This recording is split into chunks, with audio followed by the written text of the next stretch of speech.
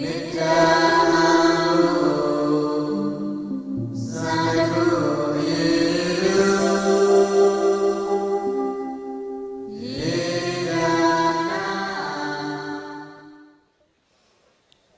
္မသဘင်မစခင်မှာအာလုံး30ဘုံအရာ10မျက်နှာအနန္တဆက်ချဝလာမှာရှိကြသောအနန္တသတ္တဝါတွေဘေးရန်ခတ်သိမ်းကင်းငြိမ်းကြစေဖို့ဆင်းရဲခတ်သိမ်းကင်းငြိမ်းကြစေဖို့နှလုံးစိတ်ဝမ်းအေးချမ်းကြစေဖို့အလုံးမေတ္တာဓာတ်တွေပို့လို့ကြရအောင်မေတ္တာဘုရားပိုက်ကလေးတွေဘုန်းကြီးတို့ဆိုပေးတဲ့နောက်ကလိုက်ပြီးတော့တစ်ခေါက်စီအလုံးညီအောင်ဆိုလိုက်ကြပြီးတဲ့အခါမှာ3ခေါက်စီတင်ကြီးတညွတ်ထဲမေတ္တာပို့ကြရမယ်ကိုယ်စိတ်နှဖျားဘေးရန်ကွာချမ်းသာကြပါစေ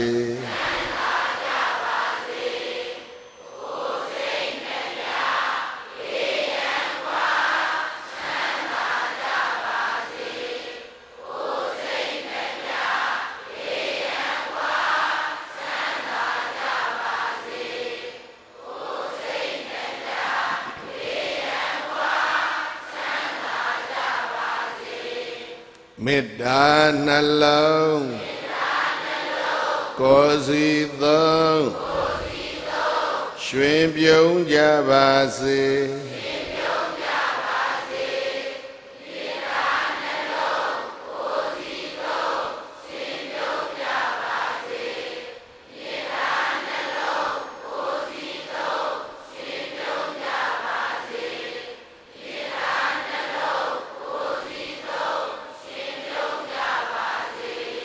မေတ္တာယံသူ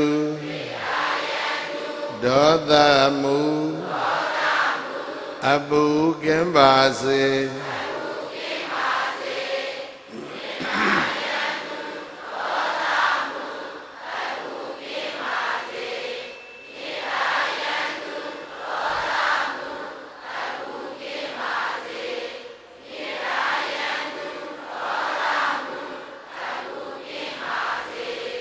မေတ္တာရေစံကိုယ်စီဖြင့်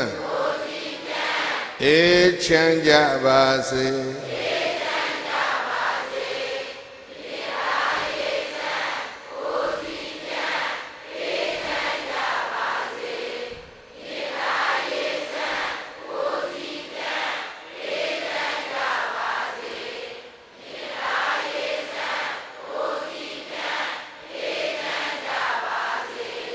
ဘုန်းကြီးအသာနားထောင်ဒီပိုက်ပြန်ဆိုရ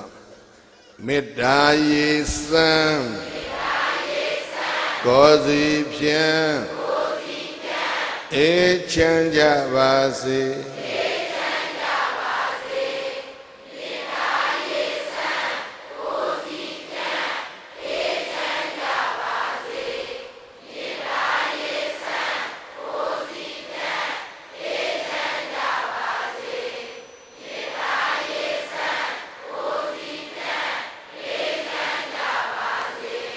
ခန္တီယံဒေါသမံတွန်းလှန်နိုင်ပါစေ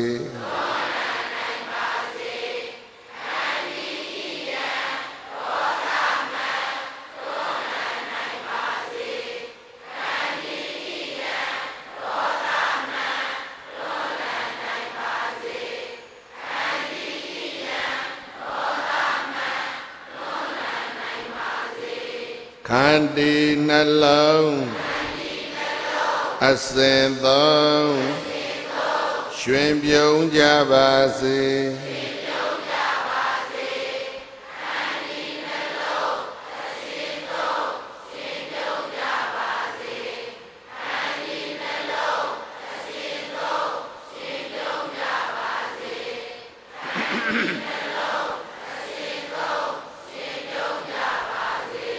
ဓမေတ္တာစွမ်းကဘာလွမ်းငြိမ်းချမ်းကြပါစေ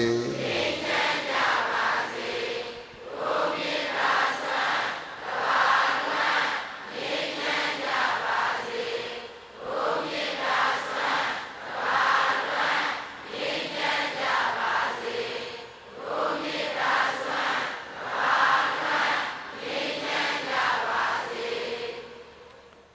မေတ္တာမေစုသကောလောကေသူဘုံလောဟောတုသဗ္ဗတာမေတ္တပုပ္ပဒုက္ခန္တေနဒုက္ခန္တုဝါတိတာပဇာလောကေတတ္တဝါအလီလီခောမိပောလလောကတကဘာတွင်၌မေတ္တာမင်းစုသကောမေတ္တာတိဟုသောမင်းစုသကနတ်ပန်းပင်ကြီးသည်သဗ္ဗတာနိနိညညခသိင်သောကာလတိုင်းမှာသူဖုံလာခံရခိုင်ကျင်လိမ့်စွာပွင့်သည်ဟောတုမုတ်ချမသက်ဖြစ်ပါစေတည်းမေတ္တာပုပ္ပသုကံဒေနမေတ္တာတိဟုသောမင်းစုသကနတ်ပန်းယနံဖြင့်ဝါတိတထုံအမွန်အကုံသောပဇာလူရောနတ်ဘသတ္တဝါတို့သည်သဗ္ဗတာနိနိညညခသိင်သောကာလတိုင်းမှာဒုက္ခတုကိုစိတ်နှပြလုံးအိဆာဖြင့်ပြည်ကာကျွယ်ဝချမ်းသာတော်မူကြပါစေကုန်သတည်း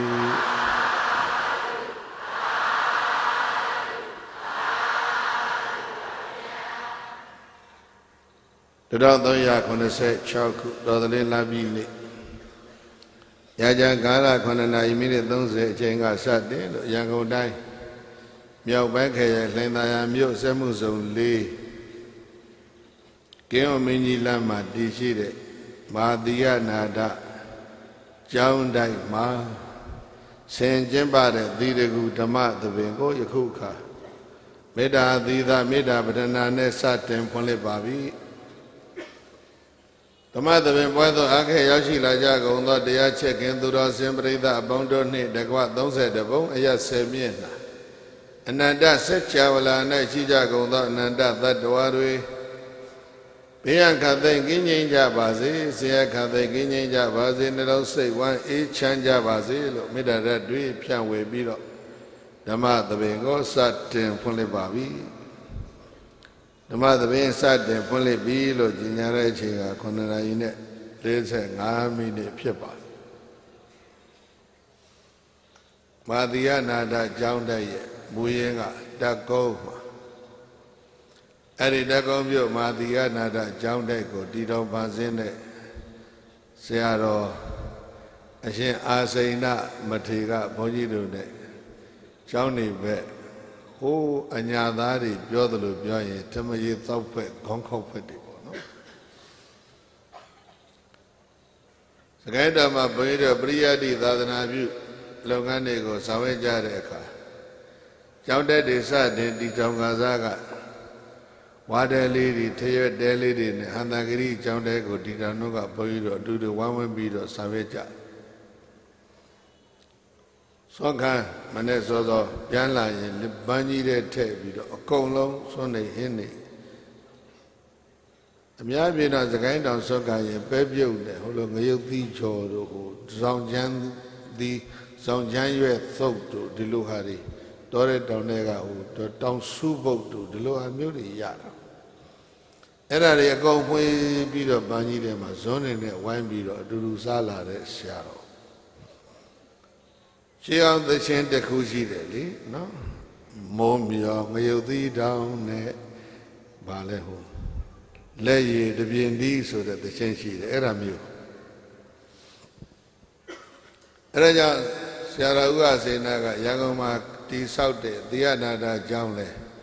တကောက်တလေကြွကြည့်ပါအောင်ဆိုတော့ကိုတကောက်တလေလာကြည့်တာသီယနာဒကျောင်းမမြင်ရဘူးလူတွေကြီးမြင်တယ်အော်သီယနာဒကျောင်းမှာဒီလောက်လူတွေပေါ်တော့လို့အံ့ဩပါတယ်နော်လူတွေကြည့်တော့လေအမျိုးသမီးတွေကြီးများတယ်ဒါဘယ်လိုဖြစ်ကုန်မှမသိနော်မြို့သားနည်းနည်းပါးပါးဂျားထဲမှာညက်နေတယ်သတိထားဟေးဒီကလေးမင်းတို့ညက်နေတယ်ဂျားထဲမှာအဲ့ဒါစကားတွေရှိလျားဆိုပြောပြီးတော့ဘုန်းကြီးတို့ရတဲ့အချိန်ကိုဖြုံးမပြစ်ပဲနဲ့ဘုန်းကြီးတို့ဓမ္မကထာစရအောင်မြမရိုးရာဓလေ့ထုံးစံနေဟာနော်ဗုဒ္ဓဘာသာယဉ်ကျေးမှုကဆင်းသက်တာတွေပဲများတို့သွေးရာသီပွဲတော်တွေတကူဆိုလို့ရှိရင်သင်္ကြန်ပွဲဒါကတော့ရိုးရာစင်စစ်ကဆုံဆိုလို့ရှိရင်ဘာသာရေးပွဲကစုံလာပြီဗုဒ္ဓနေ့နော် နေယုံဆိုလို့ရှိရင်မာသမယနေစာတော်ပြန်ပွဲဒါဘာသာရေးနဲ့ရည်ကြည်မှုတွဲသွားတယ်ဝါဆိုဆိုလို့ရှိရင်ဝါဆိုသင်္ကန်းကဓမ္မစကြာပွဲနော် religion နဲ့ culture tradition ဒီသုံးခုကခွဲလို့မရဝါကောင်ကြတော့မေတ္တာခါတော်နေဆိုပြီးတော့ရှိတယ်ကိုရတော်သလင်းဆိုတော့ဘုန်းကြီးတို့ဇာပေမှာရှားကြီးတယ်ဗမာနိုင်ငံမှာလှုပ်တဲ့အစင်အလားသာမထွန်းကားတာဒါပေမဲ့ရှေးလူဟောင်းတွေရှေးလူကြီးတွေသိကြတော်သလင်းလမ်းပြီးဟာမိုးရဲ့အလဲခေါင်ရောက်ပြီးတော့နေကလည်းမြောက်ဘက်အစုံဆုံးရောက်တော့အလွန်ပူပြီးတော့ရန်ခါမှာမိုးခေါင်လို့ချွေးတပြိုက်ပြိုက်နဲ့လေသမားတွေပင်ပန်းကြအဲ့ဒါကြောင့်တော်သလင်းလမ်းပြီးမှာဘာလို့တလဲဆိုလို့ရှိရင်မိုးရအောင်ဆိုရှေးဟောင်းပုံတိုင်းပြောမယ်နော်ဒီကနေ့ကတော့လွန်ဆွဲတာငရမင်းပရိယောထဒါတွေလောက်ကြတယ်သို့တော့တကယ်လို့ဖို့ကောင်းတာကပြိဿရဲ့ဓမ္မအဲ့ဒီရှေ့မှာစလုံးတစ်လုံးထည့်မယ်ဂရုဓမ္မအလုံးပြောအဲ့ဒီဂရုဓမ္မကိုစောင့်ရမယ်တဲ့ဗာဓမ္မလေးလေးနက်နက်ကျင့်အပ်တဲ့ဓမ္မကိုဂရုဓမ္မလေးလေးစားစားကျင့်အပ်တဲ့ဓမ္မ highly respected နော်ဓမ္မပေါ့အဲ့ဒါရှေးလူဟောင်းတွေကျင့်လာကြတာအလွန်တရာမိုးခေါင်ပြီးတော့ပူအိုက်တယ်ဆိုရင်အဲ့ဒီဓမ္မသာကျင့်သုံးဘုရိပါရိရွာပြီးတော့ဆက်ရပြိုးရကောင်းပြီးတော့အလုံးသားရဝပြောသွားတယ်ဆိုတာဘုန်းကြီးတို့ပိဋကမှာမှတ်တမ်းတွေကောင်းကောင်းရှိပါဒါကြောင့်တော်သလင်းလာပြီးကိုရှေးစရောပြားများနဲ့လူဟောင်းတွေသတ်မှတ်ကြတယ်ဂရုဓမ္မအခါတော်နေပြောပါပါနေအဲ့ဒါကြောင့်မာသီယနာတကျောင်းတိုင်းမှာဂရုဓမ္မအခါတော်နေကိုဒီကနေ့ကျင့်ပါတယ်လို့ဆိုကြရအောင်အဲ့ဒါကြောင့်ဂရုဓမ္မဆိုတဲ့ဒီဓမ္မရဲ့သမိုင်းကြောင်းကိုဘုန်းကြီးတို့ပြောလိုက်မယ်အဲ့ဒါပြောပြီးဒီတရားပွဲဟာပြီးသွားမှာပါအဲ့ဒါဂရုဓမ္မမှာဘလောက်ပဲပြောထားသလဲလို့ဆိုတော့ဝိပဿနာဉာဏ်7ပါးတွေဘာတွေမပါဘူးသမာဓိနဲ့ဇန်4ပါးတို့ဇန်8ပါးတို့သမာဓိစကံဇန်တွေအထိမပါဘူးသီလကံပဲသီလကံမှာလည်းဣန္ဒြိယသံဝရသီလတို့အာဇီဝပါရိသုဒ္ဓိတို့ပြည့်စက်တန်နေသီတာတို့အဲ့ဒါလောက်အထိအရှင်းမြင့်တဲ့သီလတွေမပါဘူး very basic principle အလုံးတရာအခြေခံကြတဲ့ကျင့်ဝတ်ဘုန်းကြီးရဲ့အိန္ဒိယတိုင်းပြည်အင်ဒိုနီးရှားနိုင်ငံမှာတောင်မှဒီစလုံးဟာ very popular အလွန်ထင်ရှားတယ်သူတို့ခေါ်တဲ့အတိုင်းခေါ်ရင်ပัญจศีลศีลဆိုတဲ့စကားလုံးကိုသူတို့ကရှီလလို့ဒီလိုတောင်ဖတ်တယ်ပัญจศีลဖတ်ကြည့်စမ်းဗမာလိုပတ်တော့ပင်စသီလဘောဟုတ်လားအဲ့တော့အစ္စလာမ်နိုင်ငံမှာတောင်မှပัญจศีลရှိရင်ဗုဒ္ဓနိုင်ငံမှာရှိဖို့မကောင်းဘူးလားရှိလဲရှိတယ်ပဲမဟုတ်လားမကျင့်တာပဲခက်တယ်ဒါပါပဲအဲ့ဒါကြောင့်ဒီအခြေခံသီလတရားတွေကခရစ်ယာန်မှာကြည့်ကြည့်အစ္စလာမ်မှာကြည့်ကြည့်ဟိန္ဒူမှာကြည့်ကြည့်ဂျူးမှာဂျိန်းမှာဗုဒ္ဓဘာသာမှာဘယ်မှာကြည့်ကြည့်လူရဲ့အခြေခံကျင့်ဝတ်တွေဟာဘာသာတရားတိုင်းမှာအကုန်ရှိတိတ်ကောင်းအဲ့ဒါသီလနဲ့တွဲဖက်ပြီးတော့ခန္တီတရားတွေမရှိဘူးလားအဲ့ဒါမခန္ဓာခဲနေတယ်ခန္တီတရားကတော့ရှိတယ်မခံရဘူးမေတ္တာဘသူအကျိုးစီးပွားကိုမှမဖြစ်စည်းနဲ့ရှိတယ်မို့လားဒါပေမဲ့တကဘာလုံးလျှောက်တန်းနေတော့သိခဲ့အဲ့တော့ဘာသာဝင်တွေအားလုံးဘယ်ဘာသာကိုယ်ွယ်တဲ့ဘယ်ဘာသာဝင်မဆိုပေါ့လေသူတို့ဘာသာတရားအသီးသီးမှာရှိနေတယ်အလုံးမမြတ်တဲ့ဘာသာတရားရဲ့အနှစ်သာရတွေကိုမသိတဲ့လူတွေကဘာသာတရားတိုင်းမှာဒီကနေ့များများလာပြီဗုဒ္ဓဘာသာမှာလည်းပဲဒီလိုပဲဖြစ်လာတရားဘာသာဝင်တွေလည်းဒီတိုင်းမ မသိတဲ့လူတွေများလာတဲ့အတွက်ကြောင့်မို့လို့သံဃာတော်ရှင်မြတ်တွေကများများကြီးဟောပြအဲဒါကြောင့်ညတရားပွဲတွေကဗမာနိုင်ငံအတွက်အထူးလိုအပ်တယ်နောက်တစ်ခုကအဲ့ဒီမသိတဲ့လူတွေများလာတဲ့အထဲမှာပို့ဆိုးသွားတာကသိလျက်နဲ့မကျင့်ကြဘဲနဲ့လွန်ကျူးနေကြတာပို့ဆိုးအဲ့တော့မသိတာရဲ့မကျင့်တာရဲ့လွန်ကျူးနေတာရဲ့အဲ့ဒါတွေကတယောက်တည်းလွန်ကျူးလိုက်တဲ့အတွက်ကြောင့်ဒီတယောက်တည်းဒုက္ခဖြစ်တာမဟုတ်ဘူးပတ်ဝန်းကျင်တစ်ခွင်လုံးမှာတယောက်ရဲ့လွန်ကျူးမှုဟာလောကကြီးတစ်ခုလုံးထိကိုယ့်ရဲ့ပတ်ဝန်းကျင်လေးကနေတလောကလုံးအထိဒုက္ခအများကြီးဖြစ်တယ်ကာလိန်ကအတိုင်းမှာဘယင်တပါးတရားပြက်လိုက်တာနဲ့တတိုင်းပြည်လုံးကမိုးကြီးလက်နဲ့မိုးကြီးတွေရွာပြီးတော့တပြည်လုံးသဲဖုံးသွားတဲ့ဝတ္ထုတွေဇာလန်းတွေဇတ်တော်တွေရှိတယ်လေသောတာကောင်းတယောက်ကအဲ့ဒီအကျင့်ကိုတကယ်စနေတည်းကျင့်လိုက်တဲ့အတွက်ကြောင့်တိုင်းပြည်လုံးသာယာဝပြောပြီးတော့တဲသူပြည်သားလူအများဖွံ့ဖြိုးသွားတာတွေလည်းရှိတယ်လေအဲ့ဒါကြောင့်တယောက်သောပုဂ္ဂိုလ်အကျင့်ကောင်းရင်တိုင်းပြည်လုံးချမ်းသာရာရတရားသောပုဂ္ဂိုလ်အကျင့်ပြည့်ရင်တိုင်းပြည်လုံးတစ်ကမ္ဘာလုံးဒုက္ခဖြစ်တတ်တယ်အဲဒါကြောင့်ဂရုဓမ္မကအထူးလိုအပ်တဲ့အနေအထားမှာရှိတယ်လို့ဘုန်းကြီးတို့ကတွဲလို့ဂရုဓမ္မအခါတော်နေ့မှာဂရုဓမ္မတရားဒါလေးပဲပြောပါဘူးသက္ကာရောဟဏသောပါဏံသက္ကာရောဟဏသောပါဏံအဉ္ဉံသီလသမံကုတောဒွါရဝပဏ္ဏနိဗ္ဗာနနဂရတဘဝေသနေသာရဝနှလုံးပြောပြန်သူတော်ကောင်းပေါင်းတို့သီလံသီလသည်သက္ကာရောဟဏသောပါဏနတ်ပြည်တေကြောင်းဆောင်တန်လေကားနဲ့တူတယ်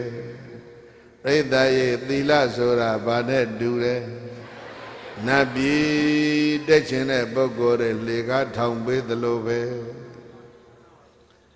အဲ့ဒါနတ်ပြည်မယုံဘူးထမရှိဘူးပဲထမသိဘူးပဲမမြင်ဘူးပဲထဒီလိုပြောမယ်ဘဝမှာအထက်တန်းတက်ချင်တဲ့ပုဂ္ဂိုလ်ဟာအချင်းကောင်းကောင်းနဲ့တက်ရဟုတ်လားအချင်းပြည့်ဟိုးထက်ကနေအောက်ဆုံးအထိပြန်ကျသွားနိုင်တယ်မဟုတ်လားအဲ့ဒါကိုယ်ခွဲစရာဘာသာရေးမဟုတ်ဘူးနော်ကိုယ်ခွဲတာကတော့ကျင့်ထတာကိုယ်ခွဲလေဒီအချင်းကတော့လူတိုင်းကျင့်ဖို့မလိုဘူးလားဗုဒ္ဓဟောထားတာမို့လို့ဗုဒ္ဓဇင်လို့ခေါ်ခြင်းတော့ခေါ်ဖို့တကယ်တော့ဗုဒ္ဓဇင်မဟုတ်ဘူးဒါကမရှိတဲ့ဘယ်ဘာသာကိုးကွယ်တဲ့လူဖြစ်ဖြစ်ဘယ်ဘာသာမှမကိုးကွယ်တဲ့လူပဲဖြစ်ဖြစ်ကျင့်ကိုကျင့်ရမယ်ကျင့်စဉ်မို့လို့ universal humanism လို့ဒီလိုခေါ်တယ်တကဘာလုံးရှိတဲ့လူတိုင်းကျင့်အပ်သောကျင့်ဝတ်ဟာဒီသီလ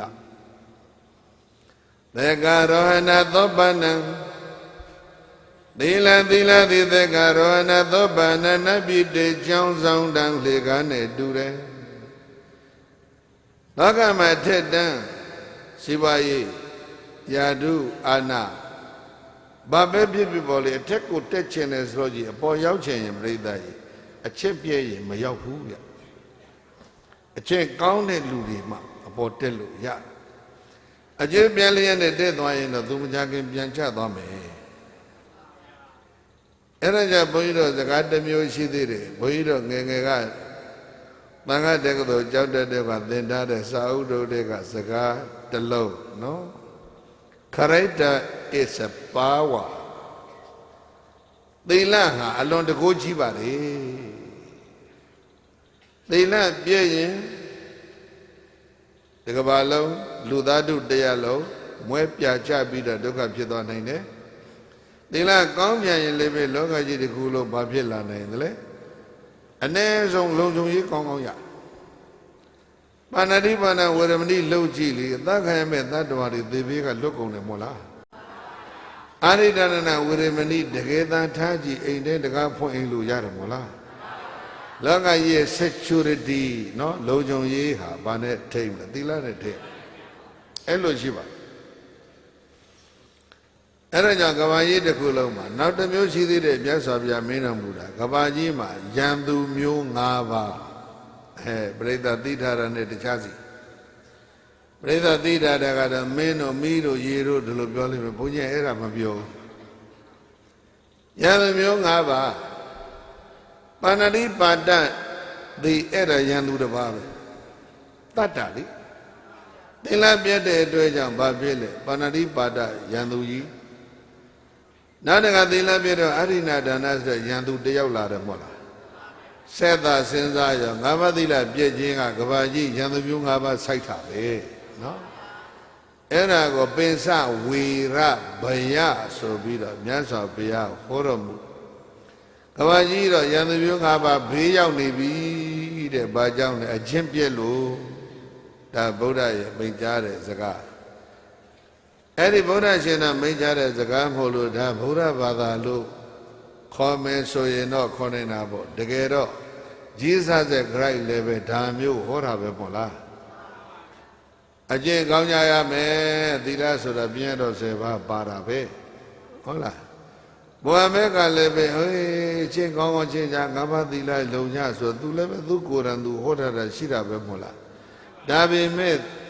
မသိကြတာရဲ့သိလျက်နဲ့မကျင့်ကြတာရဲ့လွန်ကျူးနေကြတာရဲ့အဲ့ဒါကြောင့်ဒီကနေ့မြတ်စွာဘုရားဟောလို့ကဘာကြီးမှာဘာဖြစ်နေလဲရန်သူကြီး၅ပါးရောက်၅ပါးသိလားပြည့်ချင်းကဘာကြီးရန်သူကြီး၅ပါးဆိုင်အဲ့ဒီရန်သူမျိုး၅ပါးဘေးကင်းဝေးစီဖို့ဘုန်းကြီးတို့ပြိဿကြီးကရုဓမ္မကိုကျင့်သုံးကြပါဟုတ်လား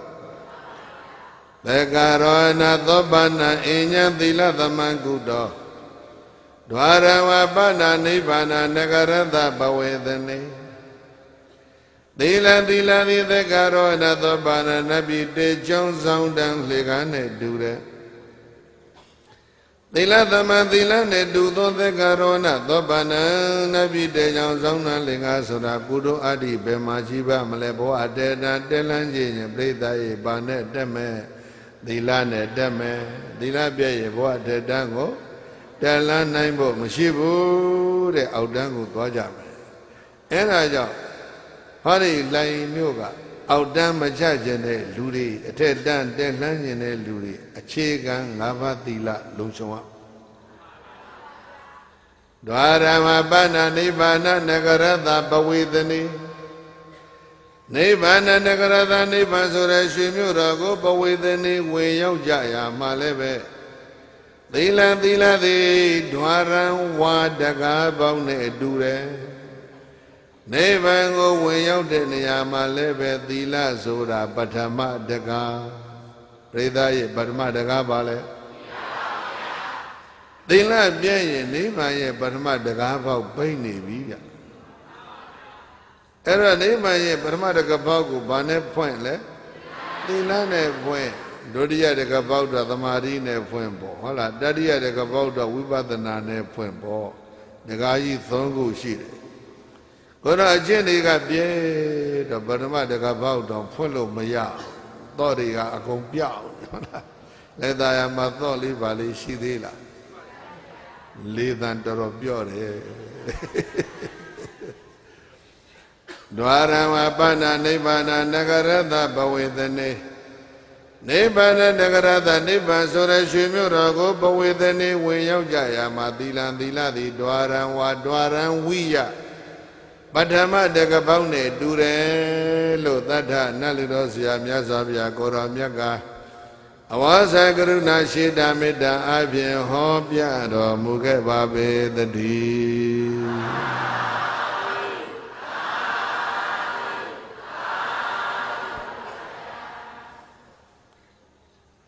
မြတ်စွာဘုရားရှင်ကိုရောမြတ်တာဝိတ္တမြို့ဇေတော်ကြောင့်ကင်းအောင်တော်မူစေကာလမှာဒီဂရုဓမ္မဆိုတဲ့ဇတ်တော်ကိုဟောတော်မူတာဖြစ်ပါဖြစ်လာပုံကဘာလဲလို့ဆိုတော့အိန္ဒိယပြည်ကြီးရဲ့အရှေ့ဘက်ကမ်းခြေမင်္ဂလာပင်လောအော်ဘက်ကိုမျက်နှာမူထားတဲ့ကံယူရန်တလျောက်မှာအလယ်လောက်မှာဒီကနေ့ဩရိတပြည်နယ်ဆိုတာရှိတယ်ပြိဿရဲ့ဘာပြည်နယ်လဲ အဲ့ဒီဩရိတပြည်နယ်ကိုဗုဒ္ဓရှင်တော်လက်ထက်နဲ့ဗုဒ္ဓမပွင့်မီရှစ်ခေတ်တလျောက်လုံးကကာလိန်ကတိုင်းလို့ခေါ်ခဲ့ဘူးတဲ့။ဘာခေါ်ခဲ့ဘူးလဲ။ဒီနေရာရှိတဲ့ကလေခွင်းကြီးပဲခုမှလှိုင်းသားရတဲ့။တော်တော်သားရရဲလဲလို့ကြီးတဲ့တော့လမ်းဘေးတဲဆုပ်တဲ့အမိတ်ပုံတွေပဲတွေ့တယ်။လောက်ကြအောင်သားရသွားအောင်နော်။လိုင်းကမသားရပဲဖြစ်နေတယ်။သားရအောင်ဝိုင်းလောက်ကြ။အလုံးတာဝန်ရှိတယ်။ဘာတိုင်းခုနပြောတာကာလိန်ကတိုင်းအိန္ဒိယပြည်ရဲ့ဟိုးအရှိဘက်အလယ်ပိုင်းမှာအဲ့ဒီကာလိန်ကတိုင်းမှာဘာဖြစ်သလဲလို့ဆိုတော့မိုးခေါင်တယ်မိုး9နှစ်ခေါင်မိုး9နှစ်ခေါင်တော့လူရောတိရစ္ဆာန်တွေရောစားစရာနဲ့တောက်စရာမရှိကြအတုံးအယုံတွေသီးကုန်ကြတယ်အစာမရရေမရလို့အဲ့တော့စားစရာလေးရသလောက်စားတောက်စရာလေးရှိသလိုတောက်ပြီးအသက်ရှင်ကြံနေတဲ့လူတွေကဘယင်းနန်းတော်ကိုညချမ်းကာလမှာမိဒုတ်တီနဲ့သွားဝိုင်းကြမိဒုတ်တီနဲ့သွားဝိုင်းတော့ဘယင်းကြီးကနန်းတော်တစ်ပါးလဲမိတွေထိန်ထိန်လင်းနေတော့ဟာငန်းနန်းတော်ဘာများဖြစ်သလဲကြည့်လိုက်တော့မိဒုတ်တီနဲ့ဝိုင်းလူတွေကအော်နေကြဘာတွေအော်လဲတော့မသိဘူးအော်နေကြတယ်စားတဲ့သူလူတွေအော်တာမပါဘူးဗျာနော်တို့အေးတော့ပါဖို့မပေါ်ဘုန်းကြီးထေနာမှတ်ပြောရရင်ဘယင်ကြီးထမင်းကျွေးထမင်းပေးဒါအော်တာပဲဖြစ်မှာပဲတို့အေးဆိုတာလည်းပဲဒါအဓိကပဲမို့လားလို့နော်ထမင်းကောင်းကောင်းစားရဖို့ပဲဟုတ်လားဘက်ဆုံးနီးမျိုးစုံအတန်မျိုးစုံနဲ့အော်နေတာအဓိကကတော့ထမင်းအဲ့တော့ဘုရင်ကြီးကထွက်ကြည့်ဟာငါနန်းတော်ပြီးထုတ်တဲ့လူတွေဝိုင်းဘာများဖြစ်တယ်လဲမိများရှို့ရင်တော့ဒုက္ခပဲအရေးပေါ်လွတ်တော်ကိုခေါ်ပြီးတော့အမတ်တွေနဲ့ဆွေးနွေးတော့တန်းပြည်မှာငန်းနေပြီတဲ့မင်းနန်းတော်သာစားစရာရှိတဲ့တန်းပြည်မှာစားစရာမရှိဘူးလွတ်တော်မှာအမတ်တွေကဒါပြောတာအဲ့ဒါဆိုရင်ဘယ်နဲ့လုပ်မလဲတန်းပြည်မိုးရွာအောင်လုပ်လောဆွဲမလားပါလားငရမင်းမရေရော့မလားအဲ့ဒါတွေတော့ဒီနေရာမှာမပေါဘူးမလုံးမလဲလို့ဆိုတော့ဘုရားဟိတ်မင်းဆရာဘုရားဟိတ်ကဘင်းကိုအကြံပေးတယ်မင်းကြီးကုရုတိုင်းထုံလကိုဋ္ဌိကဆိုတဲ့မြို့မှာကောရဗျမင်းအုပ်ချုပ်နေတဲ့အဲ့ဒီကောရဗျမင်းကြီးနဲ့ကုရုတိုင်းသူတိုင်းသားအကုန်လုံးအမျက်တနိုးထားတဲ့ယရနာ9ပါးထဲမှာစင်ယရနာရှိတယ်ရှင်ပြူတော်ယရနာဘာလဲရှင်းတော့ကမင်းတို့ကအမျက်တနိုးထားတဲ့ယရနာ9ပါးကစင်ယရနာယမြင်းယရနာယစัจ जा ယရနာယမိဖုရားကြီးယရနာယသားကြီးယရနာယတထေးကြီးယရနာယနောက်ပြီးတော့မှဗရမ ्या ယရနာ9ပါးအဲဒီမှာစင်ပြူတော်ယရနာရှိတယ်အဲ့ဒါကုရုတိုင်းကိုရမင်းကြီးတန်သွားပြီးတော့ရှင်ပြူတော်ယရနာသွားတောင်းရှင်ပြူတော်ရောက်ရင်မိုးရွာမယ်ဘယ်သူတွေပြောလဲရှေးတုန်းကအတိုင်းပြောရင်ပုရောဟိတ်ဘုရင်ရဲ့အကြံပေးအဖွဲ့ပေါ့ဗျာဘုရင်အနာကပ်ပြီးတော့ဘုရင်ကြီးဘာလုပ်ဘာမလုပ်နဲ့လို့ဆိုပြီးတော့ပြောနေတဲ့အဖွဲ့ပါဒီကနေ့ခေတ်လို့ဆိုရင်တော့ advisory board ပေါ့သူတို့တွေပြောကြတာဟာရှင်ပြူတော်ရောက်ရင်မိုးရွာမှာလေလားရွာမယ်အဲ့ဒါဘေရင်တွက်ထားတယ်အဲ့ဒါဆိုသွားကြဟဲဆိုတော်တော်ချောကာလင်္ကာကနေကုရုသွားကိုရမင်းကြီးကအဲ့ဒီကုရုဂရုဓမ္မကိုတည်တည်ချာချာစောက်တတိုင်းလို့တပြည်လုံးလေဂရုဓမ္မတရားကိုအလုံးကျင့်သုံးကြတယ်တိုင်းပြည်ကသာယာဝပြောတယ်ဂရုဓမ္မဆိုတဲ့စကားပြောမယ်အစားဒီလိုပြောရင်မကောင်းဘူးလားမင်းနဲ့ပြည်သူအကျင့်ကောင်းတဲ့အတွက်ကြောင့်ဘာဖြစ်လဲတိုင်းပြည်သာယာဝပြောတယ်နော်ဒါပေမဲ့ကာလင်္ကမင်းကအဲ့ဒီအကျင့်သွားမတောင်းမဲ့တဲ့ဘာတောင်းလုတ်ပုံကအဲ့ဒီလိုလွဲတာအဲ့ဒါရှေးပြူတော်သွားတောင်းက ကိုရမင်းကြီးကလည်းပဲသူ့ရဲ့မြို့တကားလေးပေါင်းမှာမတ်တထိုးပြီးတော့လာသမျှကိုနေတိုင်းစတုဒီတာကျွေးတယ်မြို့လေကောင်မှာမတ်တတစ်ခုထားပြီးတော့ကျွေးတယ်နန်းတော်ပေါင်းမှာကျွေးတယ်မတ်တ6ခုနဲ့နေတိုင်းကျွေးတယ်ပြီးတော့မှသူ့အလှမတ်တကိုတနေ့တစ်ခေါက်လှဲပြီးတော့အလှဒါနကိုကြည့်ရှုပြီးတော့ကြည်နူးတယ်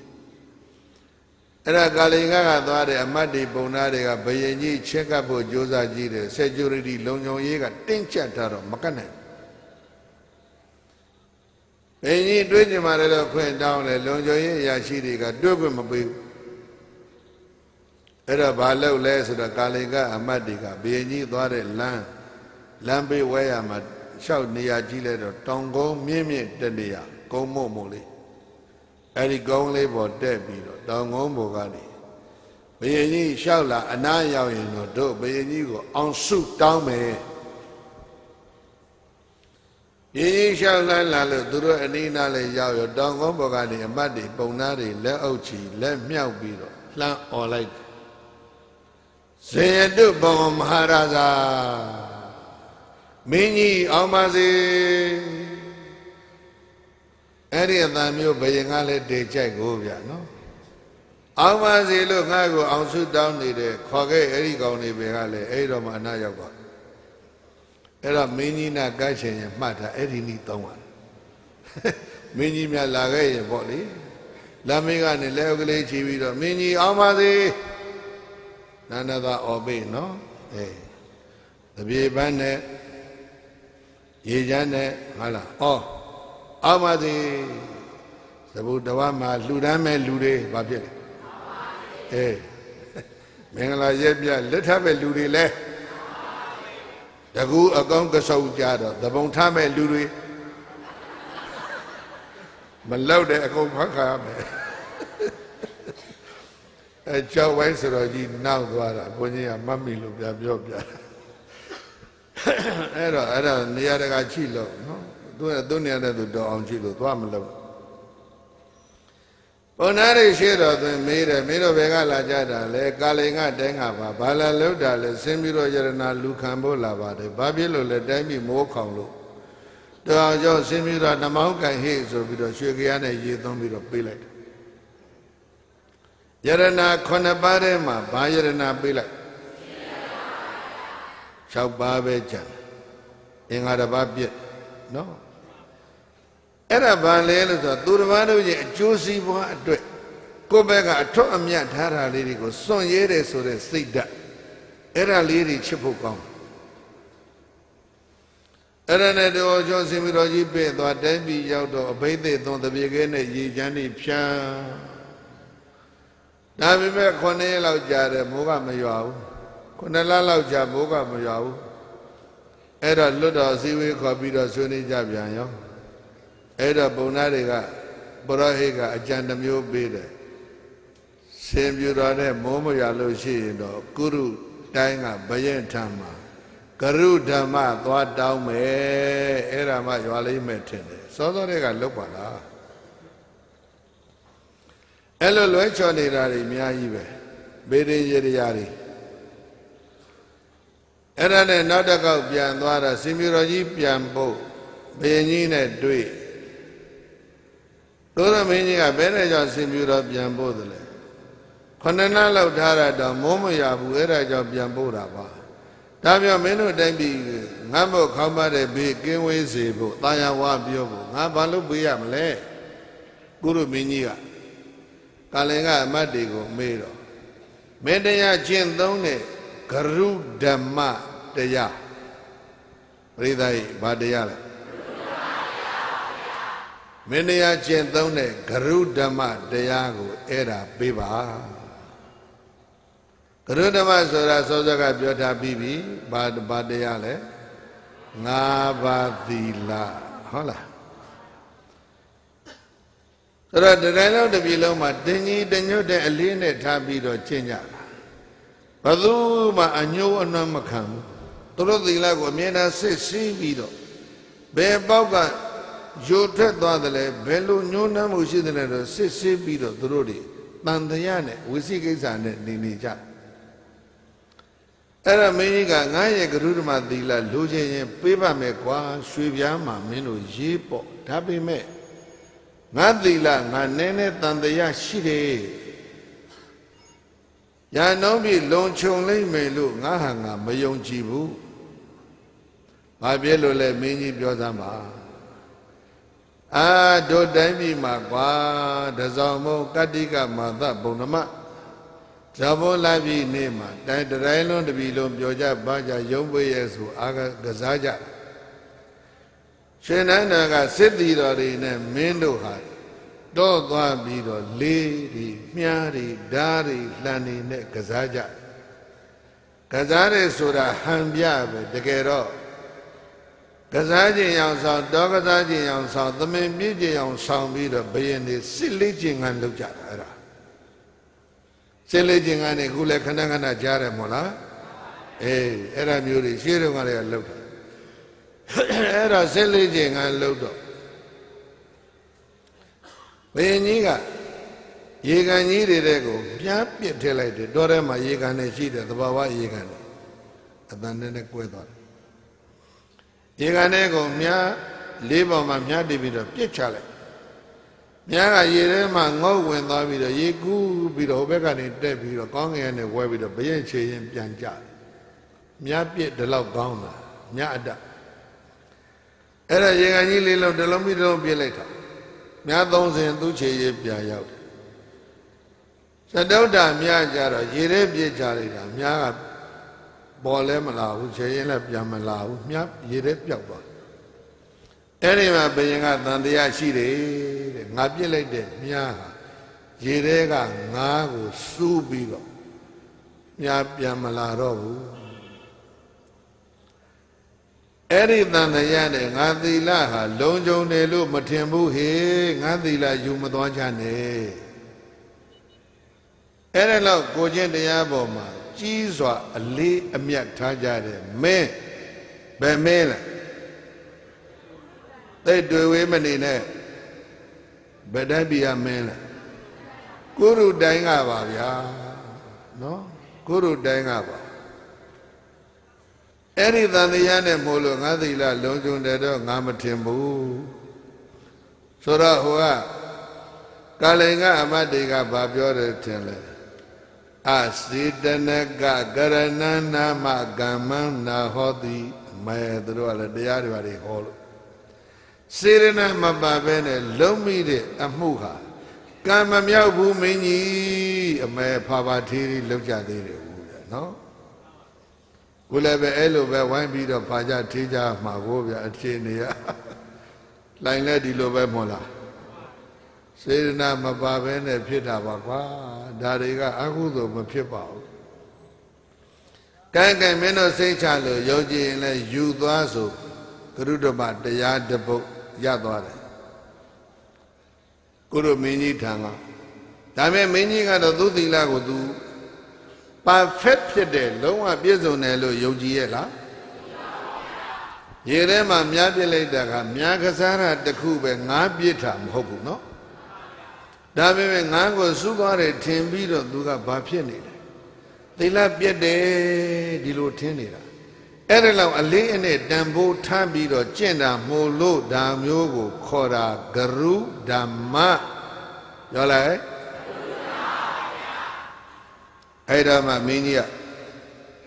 ကငါရဲ့သီလအလုံး17ယောက်ရှိတယ်ဘုန်းကြီးတို့ပြိဿ17မျိုးချာအသီလကတော့အဲ့လိုပဲကွာဒါဖြင့်ရဲ့မင်းကြီးတန်တရားကင်းပြီးတော့တကယ်ပြည့်စုံတဲ့သီလကဘသူစီသွားရမလဲငါအမေစီသွားငါအမေကျင့်သုံးတဲ့၅ပါးသီလကငါကျင့်သုံးတာတဲ့ပိုကောင်းတယ်အဲ့တော့ဘရဲ့မေတော်ကြီးစီသွားရောဘယ်မေတော်ကြီးစီသွားတော့မေတော်ကြီးကဟေးဘာလို့ဖို့လာကြတာလဲကရုဓမ္မ၅ပါးသီလလာတောင်းတာရမယ်ဒါပေမဲ့မေတော်ကြီးကလည်းဘာပြောလဲငါလည်းငါသီလငါသိမကြိုက်ဘူးတဲ့တဏှာမှာညှိုးနွမ်းပြည့်စည်နေတယ်လို့ငါထင်တယ်မေတော်ကြီးဘယ်လိုထင်တာလဲလို့ဆိုတော့ဘေးမေတော်ကြီးကပြောပြတယ်ငါသည်တခုသောနေ့မှာလက်ဆောင်ရ ရွှေပန်းကင်ကလေးတွေရွှေပန်းကင်ဆိုတာကသူတကယ်ရွှေသားကိုလှုပ်တဲ့ပန်းကင်ပြောတာမဟုတ်ဘူးเนาะရွှေပန်းပင်ဆိုတာရှိတယ်မဟုတ်လားကိုဒီမှာတင်ထားတာတော့ငွေပန်းဖြစ်မှာပေါ့ဟုတ်လားအဖြူရောင်လေးတွေအဝါရောင်လေးတွေရှိသေးတယ်မဟုတ်လားရွှေပန်းကင်ရတယ်စန္ဒကုနန္တာအနှစ်တုံးကြီးလဲငါရတယ်စန္ဒကုဆိုတော့နသနီပေါ့အဲ့ဒီနှစ်ခုလက်ဆောင်ရတော့ငါသမီးနှစ်ယောက်ရှိတယ်သမီးကြီးကဘယင်မိဖုရားခေါင်းကြီးသမီးငယ်ကအိမ်ရှိမင်းရဲ့ဇနီးအဲ့ဒါကိုသမီးနှစ်ယောက်ကိုသူကလက်ဆောင်ပေးလိုက်ငယ်တဲ့လူဦးစားပေးရမယ်ဆိုပြီးတော့သူကပေးချရတာစန္ဒကုနှစ်အတုံးကြီးပေးလွှတ်လိုက်သမီးကြီးကဘာရလဲဆိုတော့ရွှေပန်းပင်ကပွန်းတဲ့ရွှေပန်းကင်လေးရ2ရက်3ရက်ကြာပုတ်သွားတယ်သမီးငယ်ကတော့စန္ဒကုတုံးကြီးသွေးလိမ့်တော့လာနဲ့ချီလိမ့်ရအဲ့ဒါကိုမေတော်ကြီးကစဉ်းစားမိတယ်တဲ့ငါမှတ်သွားပြီမြတ်စွာဘုရားဟောတဲ့တရားတစ်ပုဒ်ရှိတယ်ဆိုပြီးတော့စက္ကဝဋ္ဌိသုတ်တံမှာဟောတဲ့တရားတွေကစလုံးလေးတစ်လုံးကောင်းနှုတ်ပြီးတော့မေတော်ကြီးကပြောတယ်ကုဇိတပစာယိကကမ္မစလုံးပဲမှတ်တော့ဘာပါလဲကုလေဇိတပစာယိကကမ္မအမှုကိုပြုကုလေအမျိုးထဲမှာဇိတဆိုတာကြီးကုံသောပုဂ္ဂိုလ်တွေကိုပစာယနာအယောသေးပေးလှုပ်ကြွေးကြီးတဲ့လူကိုဥစားပေးပြုစုလှုပ်ကြွေးနော်ဒါဘုရားဟောရှိငါကြီးတဲ့လူဥစားမပေးဘူးငယ်တဲ့လူဥစားပေးလိုက်မိပြီဘယ်မေတော်ကြီးလို့ထားဒီလိုမဟုတ်လားငယ်တဲ့လူကဘာရစန္ဒကုကြီးတဲ့သမီးကြီးကဟာကြီးသူဥစားပေးပြုစုရမယ်ဆိုပြီးငါငယ်သူဥစားပေးလိုက်တယ်ငါကျင့်စဉ်ကပြောင်းမြန်ကြီးဖြစ်သွားတယ်မျက်နှာလိုက်သွားပြီတဲ့အဲ့ဒါလည်းပဲငါအချင်းပြစ်တာပဲဒါလောက်တောင်သူတို့တွေကအကျင့်တရားကိုတန်ဖိုးထားကြတာနော်အဲ့ဒါကြောင့်ဒီအချင်းမျိုးဘာခေါ်အောင်မလဲဂရုဓမ္မအဲ့ဒါကြရင်လည်းယူသွားကွာမင်းတို့ကံကောင်းရင်တော့မိုးရမှာပဲဆိုတော့မေတော်ကြီးတဲ့လက်ဆောင်ပစ္စည်းလေးပေးတာလွဲမတာနဲ့တော့အကျင့်မပြတ်ပါဘူးပေးတာပေးပါဆိုတော့ရွှေပြားပေါ်မှာရေးပေးလိုက်တော့နှစ်ချက်ရသွားတယ်အဲ့တော့မေတော်ကြီးကဘယ်ညွှန်းလဲဆိုတော့ကဲအဲ့ဒီတော့ငါကျင့်တဲ့သီလငါသံတရားဖြစ်တယ်သွားငါရဲ့သားကြီးဘယင်ကြီးရဲ့ဇနီးဒီလိုပြောမှဖြစ်မယ်ဒါတော့မိဘရဲ့ခေါင်းကြီးစီသွားပေါ့ဟုတ်လားသူကျင့်တဲ့သီလလည်းယူသွားအောင်မေတော်ကြီးကညှန်လိုက်တော့သမီးကြီးမိဘရဲ့ခေါင်းကြီးစီသွားရဘာလာလောက်ကြတာလဲဂရုဓမ္မလာတောင်းပေးတော့ပေးပါမယ်ဒါပေမဲ့ကျမလည်းကျမသီလသိစိတ်မချဘူးတဲ့အလင်းနဲ့ထားပုံလေးတွေတယောက်နဲ့တယောက်မတူတာမိမိအကောင်ကြီးကဘယ်လိုဖြစ်နေသလဲပြောပါအောင်ဆိုတော့ဘယင်ကြီးနဲ့အိရှေမင်းသားတို့တိုင်းကန်းလှဲ့ဘယင်ကရှေ့ကအိရှေမင်းသားကနောက်ကဆင်နဲ့လှဲ့သွားလိုက်ကြတယ်ချက်သေးသိရှိတာနန်းတော်ပြတင်းပေါက်ကနေမိဘအကောင်ကြီးကကြီးရဲနဲ့သူရဲ့ခင်မောတဲ့ဘယင်ကြီးကအသက်ကြီးပြီကိုဗျနော်နာကမင်းသားငယ်ကအရွယ်ကအနုပြိုတော့ဆိုတော့လက်နုပြိုလက်ဆန်းတဲ့ပုဂ္ဂိုလ်မှာဆင်ထားတဲ့စေတံစာကပူကျက်သေးရှိနေတာအဲ့ဒီမှာမိဘကောင်ကြီးကနှစ်ယောက်သားကိုအိရှေမင်းနဲ့ဘယင်ကြီးကြည့်ပြီးတော့စဉ်းစားတာကနောက်ကအိရှေမင်းသားလေးကကျက်သေးရှိလိုက်တာအရွယ်ကလည်းငယ်တော့တန်တန်မြန်မြန်လှလှပပငါယောက်ျားဘယင်ကြီးကတော့အိုမင်းပြီပဲဘာစိတ်ကူးနေလဲအလုံးရိပ်မိပြီမို့လားသိပြောလို့မကောင်းတော့ဘူးရိပ်မိရင်ပြီးရောသဘောကပေါက်တာတဲမြန်ကိုဗျာနော်ခရတို့လှိုင်ကလူတွေမိဘရဲ့ခေါင်းကြီးဘာဖြစ်အဲ့ဒါဖြစ်ငါယောက်ျားဘယင်ကြီးသာနားရွာဆန်ရင်င ငါလည်းသက်ရှင်နေအောင်ပဲဆိုရင်တော့အိမ်ရှင်မင်းသားနဲ့ငါညားပြစ်လိုက်မယ်အဲ့လိုဖြစ်နေတာသဘောပေါက်တယ်မို့လားပေါက်သွားပြန်ပြီဘုန်းကြီးတို့ခန်းငယ်ငယ်ဇလွန်ကိုသွားပြီးတော့တရားဟောတော့ကသက်90ကျော်အဖွားဦးတယောက်ယောဂီဝတ်နဲ့ကောင်းတုံးလို့သီလရှင်ဘွားကြီးအဲ့တော့ကသပိတ်ရိုက်စရောဆိုတဲ့နာမည်နဲ့ဟောနေတော့လာတဲ့ကြော့ပွဲနဲ့ကြော့ပူလူတန်းပူဇော်တရားလေးဟောပါဆိုတော့အပမဒတရားဟောအဲ့တော့ဘွားကဘာပြောလဲဆိုတော့ဘုန်းကြီးကအသက်30ကျော်ကျော်40မပြည့်တပြည့်မှာဘုန်းကြီးကသူကမောင်ပစင်းခေါ်တယ်မောင်ပစင်းအမေတို့မျိုးမှာလေတဲ့တရားတွေသိသိပေါက်နေတယ်တဲ့အဲ့ဒါဟောပေးစမ်းပါလေဘုန်းကြီးကပြောလိုက်တယ်အမေဘာဖြစ်လို့ဟောရမှာလဲတရားပေါက်နေပြီပဲဥစ္စာဘုန်းကြီးဟောဖို့မလိုတော့ဘူးမဟုတ်ဘူးမောင်ပစင်းကအဲ့ဒီတရားပေါက်တွေကိုပိတ်အောင်ဟောရမှာ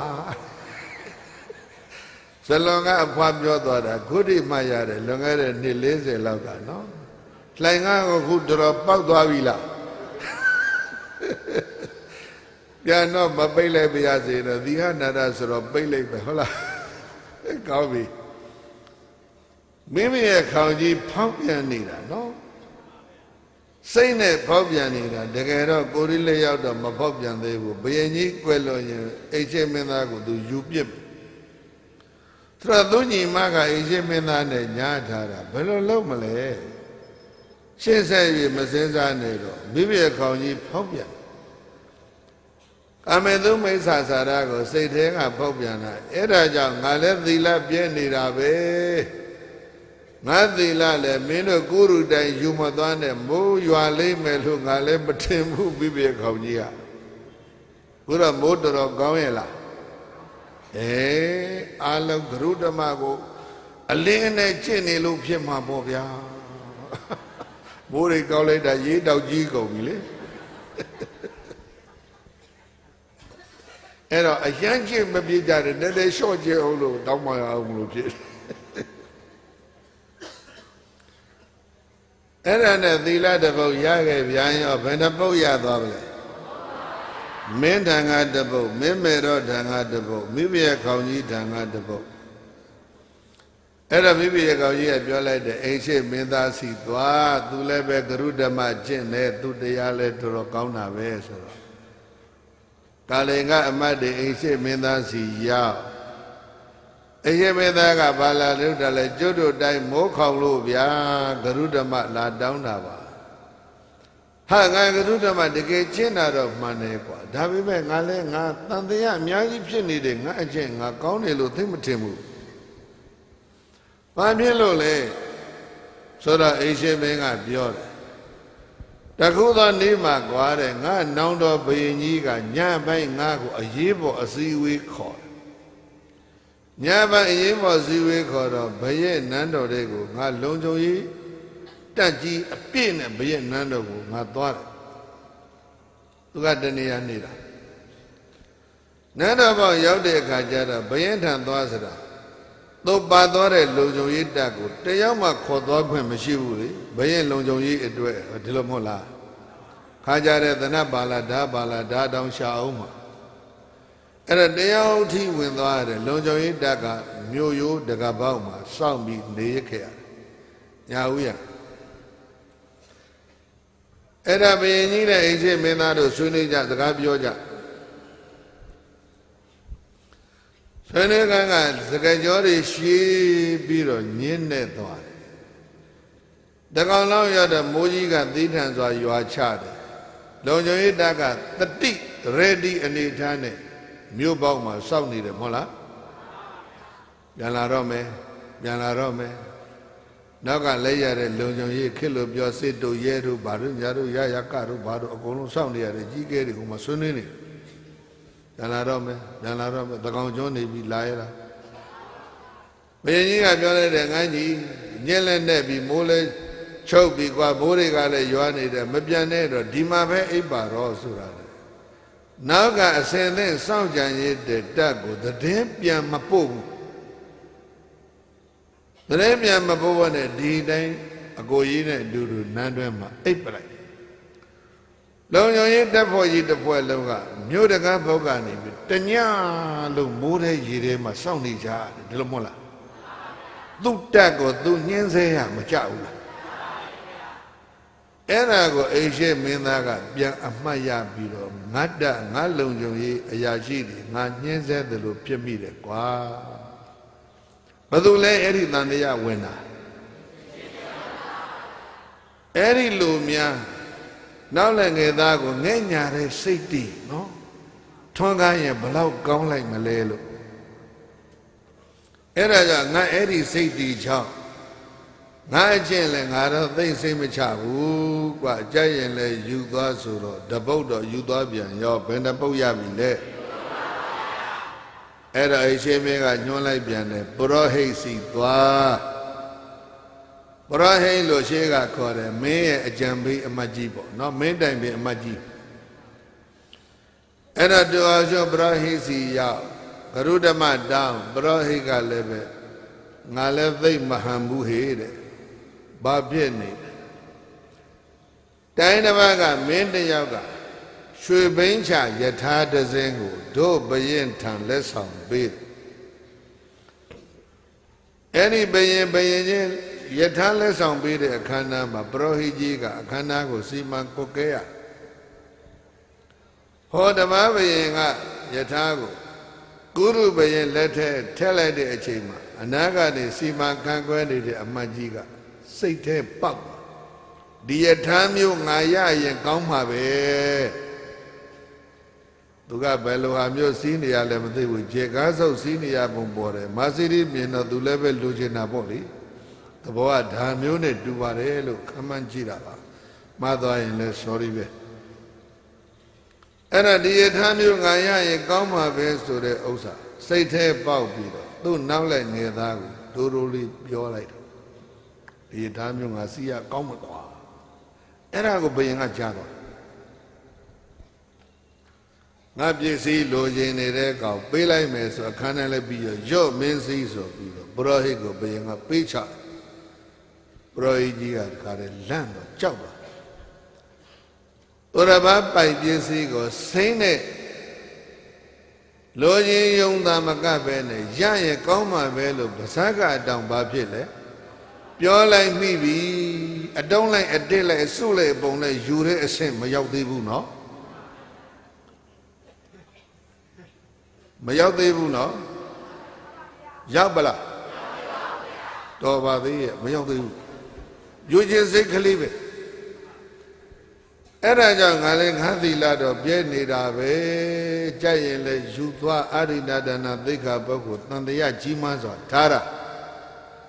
အဲ့ဒီလိုများထားလိုက်မယ်ဆိုရင်ဘလောက်များကောင်းလိုက်မလဲလို့ဘုန်းကြီးကလည်းစိတ်ပူမိတယ်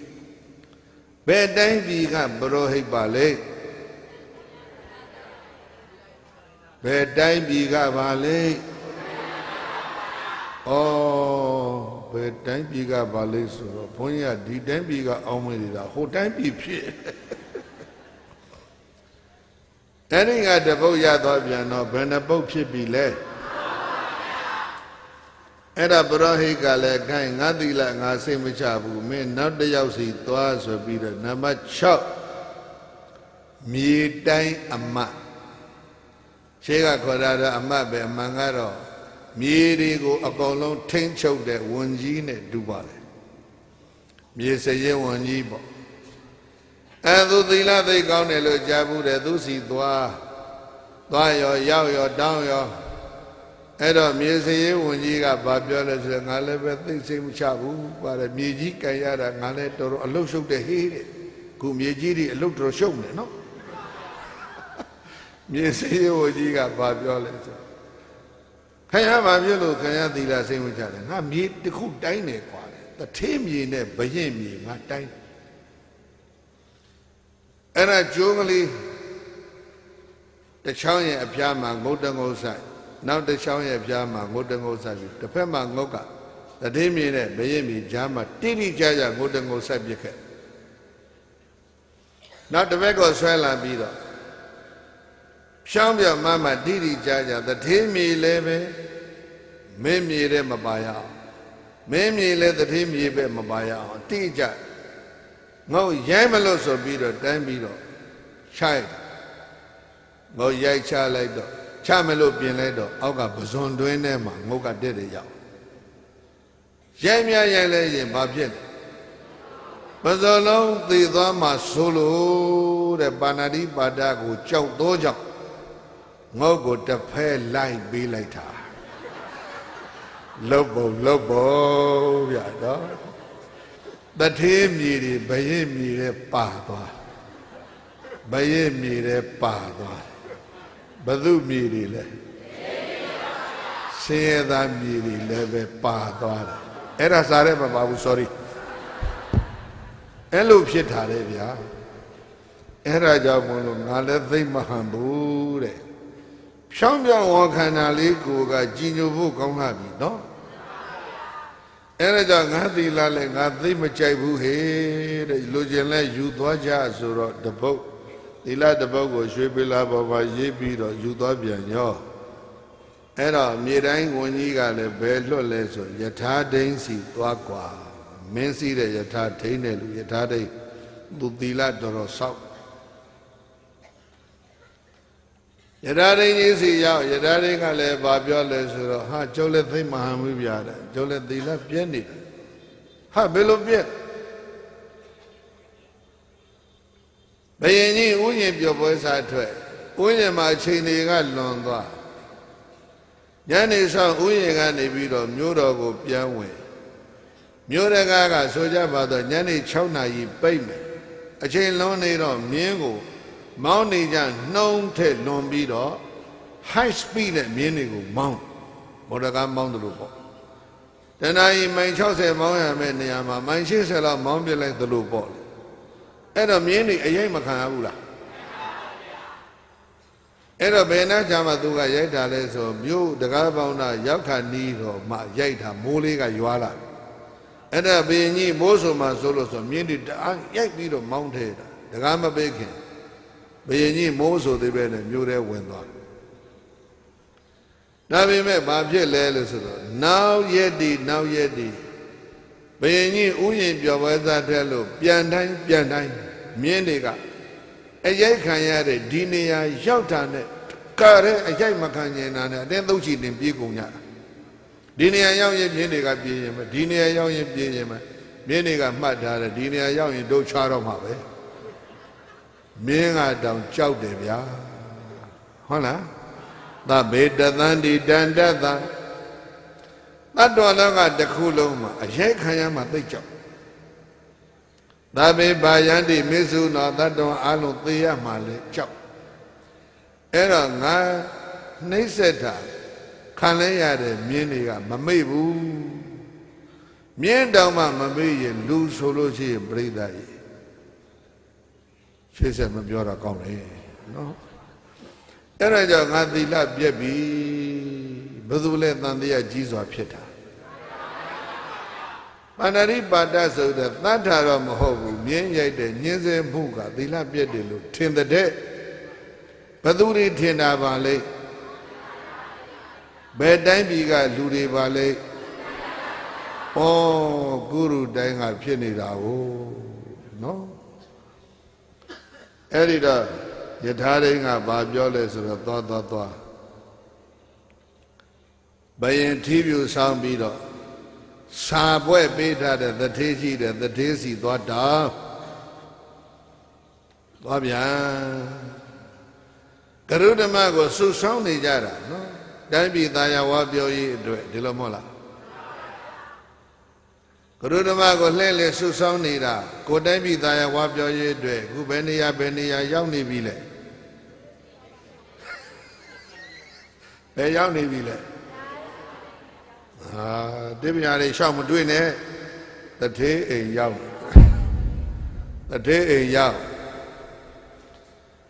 အဲ့တော့တထေးကြီးကဘာလာလောက်ကြတာလဲဂရုဓမ္မတောင်းမလို့ပါပေးမယ်ဒါပေမဲ့ငါသီလကိုငါသိမယုံဘူးမင်းတို့သိစိတ်မချနဲ့ငါလည်းပဲအကျင့်တစ်ခုချုပ်ရင်းမိတယ်ဘယ်လိုချုပ်ရင်းမိတာများပါလဲပြောသားမအောင်ဆိုတော့ကောက်ဥပေါ်ကာစအချိန်ဘင်းကြီးထံကို အဲ့ဒီလဲပိုင်းတထေးကြီးကကောင်းဦးလက်ဆောင်ပေးမလို့မုံစမ်းလက်ဆောင်ပေးတဲ့မှာမုံစမ်းတွေပြင်ထားတဲ့အဲ့ဒီတောင်းကြီးပေါ်မှာဇပနံလေးတွေကိုပန်းကင်လေးတွေလို့လှုပ်ပြီးတော့သူကစိုက်ပြီးတော့လှလှပပဘယင်ကသူကလက်ဆောင်ပေးမယ်လဲပိုင်းတထေးကိုအဲ့ဒါနဲ့လဲကွင်းနေတဲ့ဆင်းချသွားဒီလဲခွဲကဘယ်လောက်သားဒီလဲခွဲကဘယ်လောက်သားလဲလောက်သားတွေခွက်ပြီးတော့လောက်ကြအဲ့ဒါလဲလောက်သားတွေစီသွားပြီးတော့စပားကင်ပန်းကင်လေးတွေလှုပ်ဖို့ရကွာအဲ့ဒါမုံစမ်းလဲပြီးကြအပန်းစပားနှံလေးတွေလည်းပြီးကြဆိုတော့လဲသမားတွေကဒီအနှံကပွင့်နေပြီဒီနှံကမပွင့်သေးဘူးဒီနှံကလွန်သွားပြီဒီလဲကတစ်ခိုင်ယူပါဟိုလဲကနှစ်ခိုင်ယူပါစသည်လဲသမားတွေကပြောတတိကငါတထေးပဲကွာငါလည်းငါယူကြကယူမှာပေါ့ဆိုတယ်လဲသမားမပေးတဲ့နေရာကစပနံတွေကိုသူယူသွားတယ်အဲ့ဒါကိုသူတန်တရားဖြစ်တာလဲလုတ်သားဟာလဲပေါ်မှာဘာရှိလဲလုတ်ပိုင်ခွင့်ဆိုတဲ့ဩဇာအာဏာရှိတယ်နော်လဲသမားကလဲကိုပိုင်ခြင်းမတော့ပိုင်မယ်ဒါပေမဲ့လုတ်ပိုင်ခွင့်သူရှိတယ်အဲ့ဒီလုတ်ပိုင်ခွင့်လေးကိုတထေးကဝင်နှောက်ရှက်တယ်မင်းတို့ဒီနာကပေးပြီပဲငါဟိုနာကယူပဲဘာဖြစ်လဲကွာအဲ့ဒါလုတ်ပိုင်ခွင့်ကိုဝင်နှောက်ရှက်မိတာအဲ့ဒါလေးကိုစိတ်ထဲမှာတွေးပြီးတော့လဲသမားရဲ့ဒီလုတ်ပိုင်ခွင့်ပေါ်မှာငါဝင်ရောက်ဆွတ်ဖက်မိငါမှဒါအပြစ်ရှိတယ်တဲ့သူတစ်ပါးရဲ့လုတ်ပိုင်ခွင့်ကိုဝင်နှောက်ရှက်မိတယ်လို့တထေးကြီးကစိတ်ထဲမှာသူ့အကျင့်ကိုသူတန်တရားရှိတာဘယ်တိုင်းပြည်ကတထေးကြီးများပါလဲဩဗျာဒီတိုင်းပြည်ကများလားလို့ဖြစ်ပုံလေနော်အဲ့ဒီကသီလတပုတ်ယူသွားပြန်ပြီးတော့တထေးကပြောလိုက်တယ်ဟေးကျောက်သီလကလည်းအဲ့ဒီလိုဖြစ်နေတော့နောက်တစ်ယောက်စီခင်ဗျားတို့သွားရာနှုံးပြတက totally perfect ကိုရဘယ်သွားရမလဲဆိုတော့စပါးချင်တဲ့လူကောက်တယ်မဲ့လာလို့ရှိရင်ဘယင်းကို10ပုံတော့ပုံနော်ခွန်တုတ်ပေးရမယ်မဟုတ်လားအဲ့ဒီ10ပုံတော့ပုံပေးတဲ့နေရာမှာစပါးတွေလားလာပုံလို့ရှိစပါးချင်တဲ့ခေလို့ပြောရင်ကောက်ပဲသီးနှံဝန်ကြီးပေါ့အဲ့ဒါသူသီလစောင့်တယ်လို့ကြားတယ်သူစီသွားဆိုတော့ကောက်ပဲသီးနှံဝန်ကြီးကလည်းဘာပြောလဲငါလည်းသိမဟန်ဘူးငါသီလလည်းပြည့်နေဘယ်လိုပြည့်တယ်လဲပြောဆိုစပါးတွေကိုချင်နေတော့လက်သမားတွေရဲ့စပါးခြံသမားတွေရဲ့စပါးဟိုတတိတွေစပါးကိုချင်ပြီးတော့ဘရင်စပါးပုံတွေကိုထည့်နေတော့မှာစပါးကချင်ပြီးလို့မင်းရဲ့စပါးပုံတွေကိုထည့်လုံးလေးမှာဆိုမိုးရချတဲ့နဲ့အကောင်လုံးကမိုးချလို့ဆိုပြီးတော့ပြေးပြီးတော့ပုံညမိုးလဲတိတ်ရောပြန်ထွက်လာတော့မချင်ရသေးဘူးထင်တော့ထချင်ပြီးတော့ထဲ့တာလုတ်ပုံဗျာဘရင်စပါးပုံထဲမှာလေသမားစပါးကနှစ်ထပ်ကြီးပါသွားတာခက်လို့အလေးခိုးတာတော့မပါဘူးဒီမှာနော်ဘရင်စပါးထဲမှာနှစ်ထပ်ချင်ပေးလိုက်တော့ဘရင်ကတော့အမျက်ထွက်သွားတယ်လေသမားကတော့နှစ်ထပ်ကွမ်းအနှုတ်ခံလိုက်ရအဲ့ဒါကြောင့်ကောပတိတဝန်ကြီးကလည်းငါလည်းပဲအကျင့်ပြတ်တယ်။ဩသူတို့သီလကိုသူတို့များတန်ဖိုးထားလိုက်ကြတာဘယ်တိုင်းပြည်ကပါလဲ။ဩကုရုတိုင်းပြည်ကဖြစ်နေတာကိုဗျာနော်။ဘယ်နှယောက်ရသွားပြီ။ဂရုဓမ္မအလင်းနဲ့ထားပုံတွေကအလုံးသဘောပေါက်ကြနော်။နောက်နံပါတ်30ကျတော့တကားဆောင်စီကိုသွားတကားဆောင်စီသွားတကားဆောင်ရေးမင်းဆောင်ရှောက်တဲ့ဂရုဓမ္မသီလတို့ပေးပါမယ်ခမညာဒါပေမဲ့ကျုပ်သီလလည်းရာတုံးပြေတော့မကောင်းဘူးဟာဘယ်လိုဖြစ်နေတာလဲပြောဆိုပြောတယ်တခုသောညနေဆောင်ဆိုကြပါစို့ညနေ6 နာရီမြို့တကာပိတ်မယ်တကားပေါက်ကနေပြီးတော့တိုင်းနဲ့စီရိုက်ပြီးတော့ တကားကိုပြေးပြေးချင်းပိတ်အဲလိုပိတ်လိုက်တဲ့အချိန်မှာတောထဲမှာထင်းခွေဟင်းရွက်ခု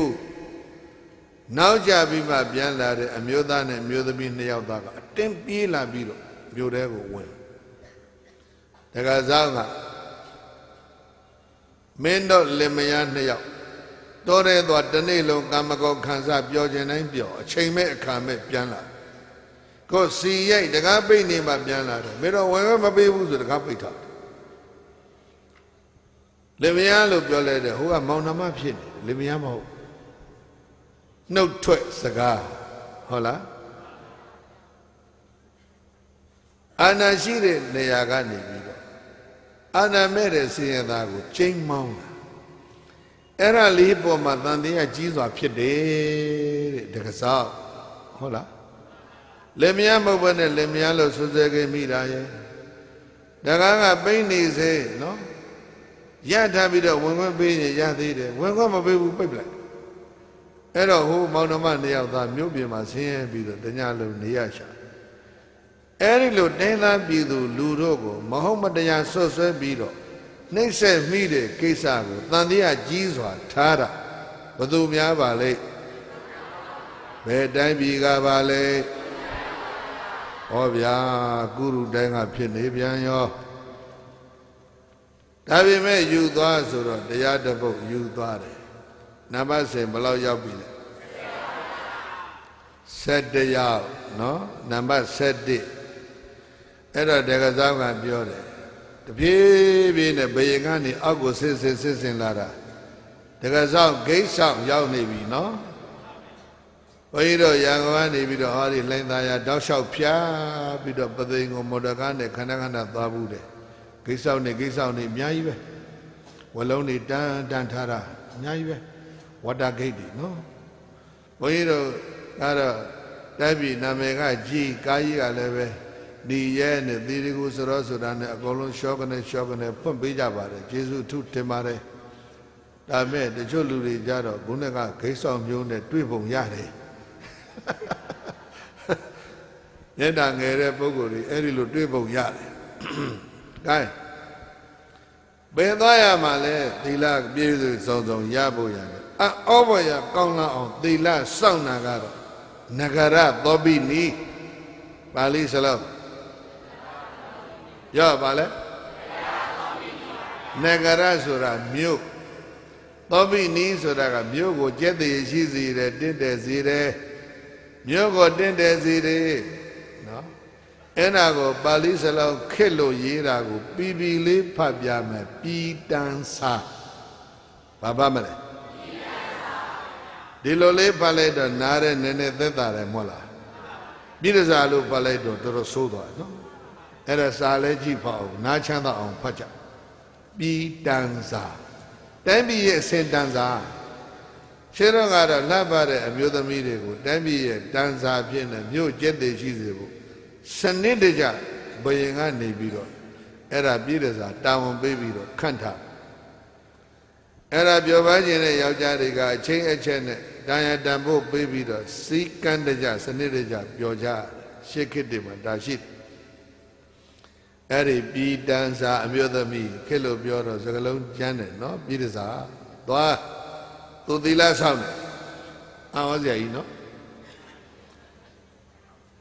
အဲ့တော့သွားရရောအမတ်ကြီးတွေပြည်တဲ့စာမကြီးနဲ့တွေ့ဘာလာလောက်ကြတာလဲဂရုဓမ္မတောင်းမလို့ပြည်တဲ့စာမကျင့်သုံးတဲ့ဂရုဓမ္မပေးစမ်းပါဆိုတော့သူ့ကိုတဏိတာပြောပါမယ်တညတာပြောပါမယ်တဏိသောမဟုတ်တညသောမဟုတ်နှစ်ရက်ဆိုကြပါစို့ဟုတ်လားတဏိတာပြောပါမယ်ဆိုရင်1000ပေးဖို့ကြပြ1000ဘယ်ချင်းနေဘယ်ချိန်ထိဆိုရင်သူ့ရဲ့ကာမဂုဏ်ကိုပိဿံပေးပြီးတော့ဝယ်ထားတာအဲ့ဒီအချိန်အခါကာလအတွင်းမှာဝယ်ထားတဲ့ပုဂ္ဂိုလ်ကဒီကာမဂုဏ်ကိုပိုက်တယ်သူကလည်းရောင်းတာဘူးအချိန်ဆေးတာနဲ့အဲ့ဒီပုဂ္ဂိုလ်မပိုင်တော့ဘူးနောက်လူတယောက်ကcustomer တယောက်လာရင်နောက်လူတယောက်နဲ့ပြောင်း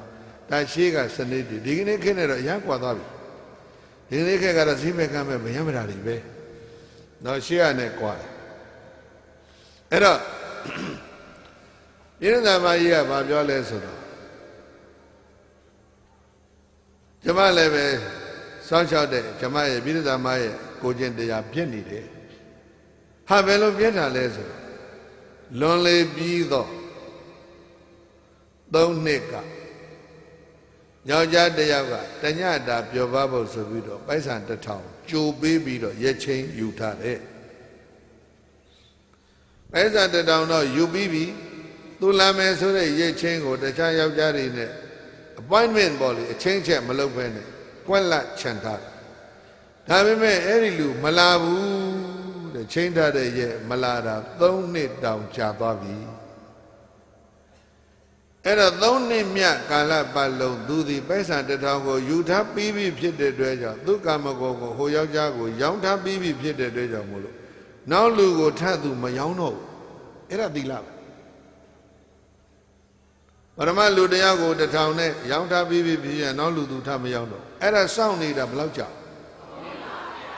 Don't need Lala the Mia Yajarigo, Golo reject,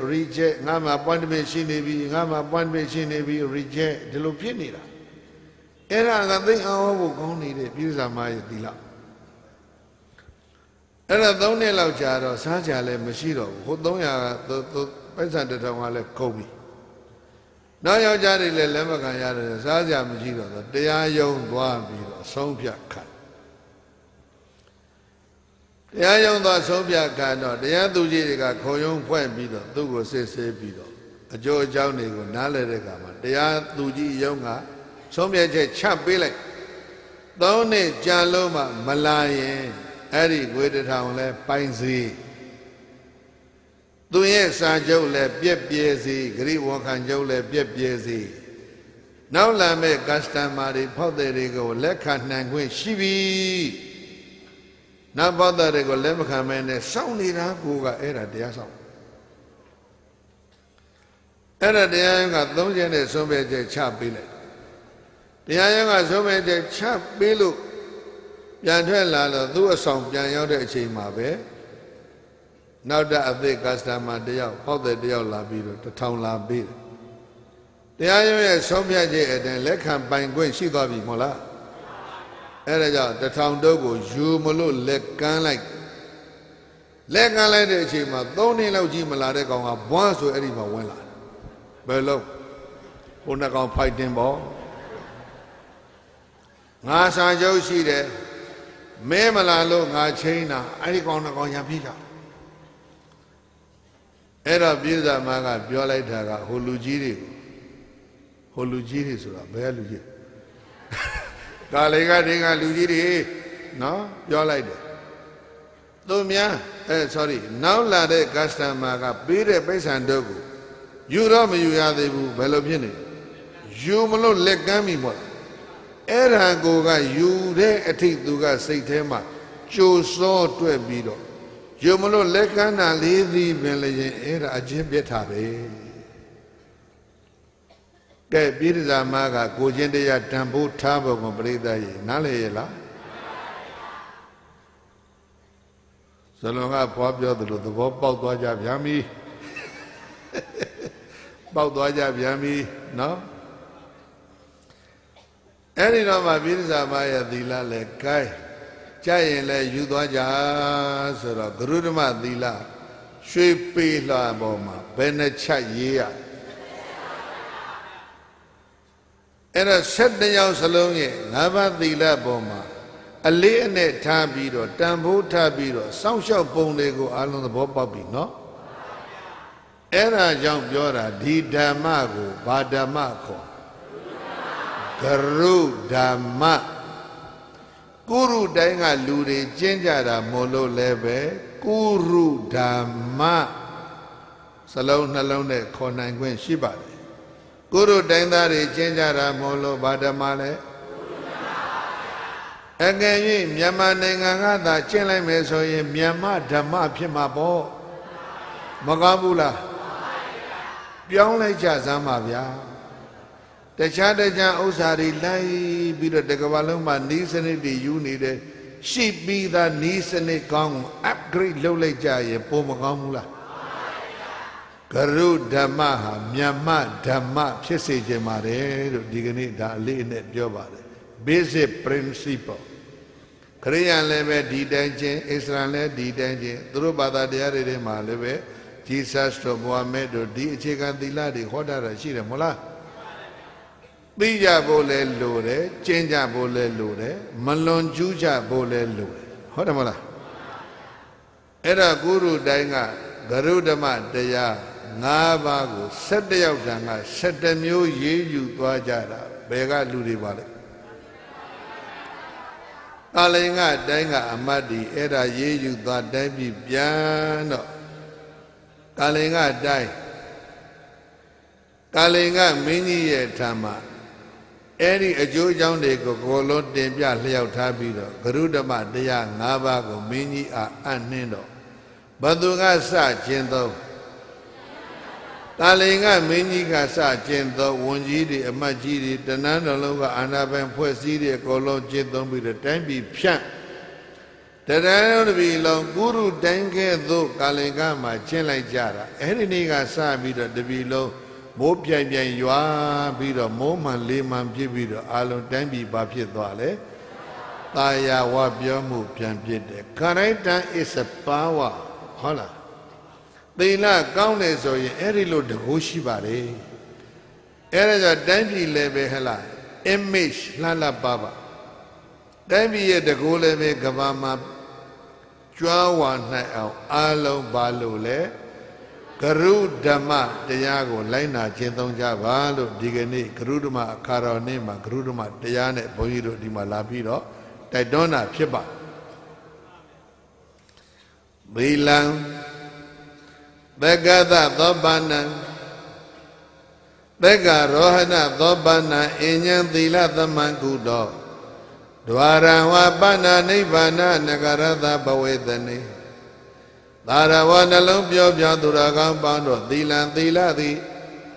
သက္ကရောဟဏသောပါဏနတ်ပြည်တဲ့ကြောင်းဆောင်တံလေကားနဲ့တူတယ်သီလသမသီလနဲ့တူသောသက္ကရောဟဏသောပါဏဘဝထေတံတေလမို့ဆောင်တံလေကားဆိုတာကုတောအတ္တိဘယ်မှာရှိပါမလဲနိဗ္ဗာန်နဂရသာနိဗ္ဗာန်ဆိုရရှင်မြို့တော်ကိုပဝေသနေဝင်ရောက်ကြရမှာလည်းပဲသီလသီလသည်ဒွါရဝါ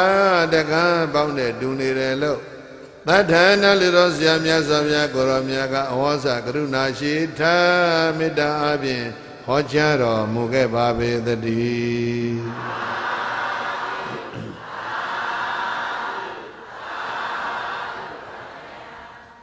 အဲ့ဒီဂရုဓမ္မဇတ်တော်ကိုပြန်ပေါင်းလို့ရှိရင်လေ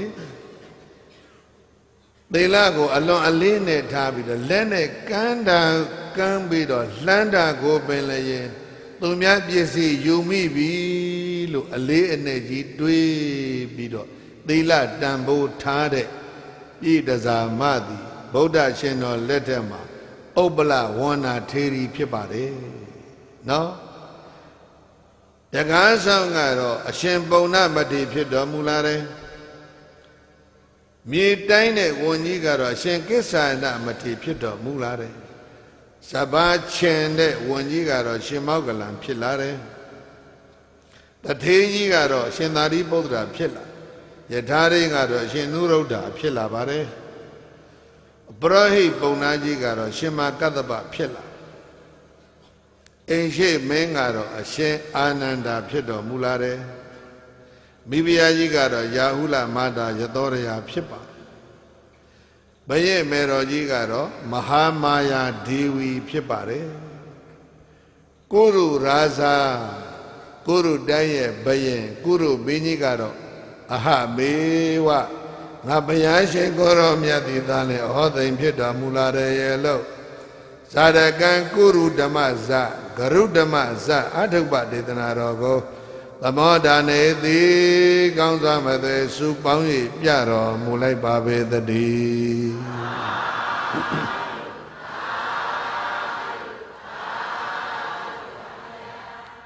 ဂရုဓမ္မဇတ်တော်ကိုဘုန်းကြီးတော်အကျဉ်းချုပ်ပြီးတော့လောရင်းအနှစ်ချုပ်ရပြောပြတာ9နာရီခွဲကနေပြီးတော့9နာရီတီးဒီမှာဘုန်းကြီးတော်ပြီးပါတယ်ဗျာတီးဒီကြကြမှန်မှန်ကန်ကန်မြန်မြန်ဆန်းဆန်းလှုပ်ဆိုတာသိကောင်း1988ခုနှစ်ကရန်ကုန်တစ်မြို့လုံးဆိုင်းဘုတ်တွေနှံ့ အဲ့ဒီတော့ငါတွေကကြက်ထားတာတကယ်ကြက်နေတာအခုဘုန်းကြီး9 နာရီမှပြီးသွားတယ်တေးကြကြမမကန်ကန်မြန်မြန်ဆန်းဆန်းလောက်တက်မလို့ဟုတ်လားကိုင်အားလုံးမျှဝေပြီးတော့အခမ်းအနားပြီးကြရအောင်ကရုဓမ္မတရားလက်ကင်ထားတိုင်းပြည်သားယာဝပြောရေးအတွက်အားလုံးကိုကျင့်တရားကိုအလေးနဲ့ထားကျင့်သုံးနိုင်ကြပါစေ။ကိုင်ဣဒာမေပုံညံဘောဓိညာဏတပစ္စယောဟောတုရှင်ဘုရားဘုရားတပည့်တော်တို့ဤဓမ္မဒါနဓမ္မပူဇာဓမ္မသဝနာဓမ္မဒေသနာဤကောင်းမှုသည်ဘောဓိဉာဏ်ဤအထောက်အပံ့ဖြစ်ပါစေတည်းဤကောင်းမှုကုသိုလ်ဖို့ကို31ပုံရှင်လီကုန်သောနတ်လူပြမတတ္တဝါပေါင်းတို့အားအညီအမျှဝေငှပါကုန်၏ထိုတော်များစွာတတ္တဝါတို့သည်ဤကောင်းမှုကိုရှားသိကြ၍အမြတ်ရ၍ဝမ်းသာကြသည်ချမ်းသာကြသည်ဖြစ်ပါစေသောကုသိုလ်အမြတ်ယူရမူကြပါကုန်လော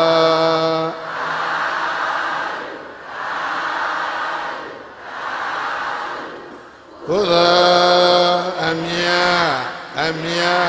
အမြတ်ယူရမူကြပါကုန်လော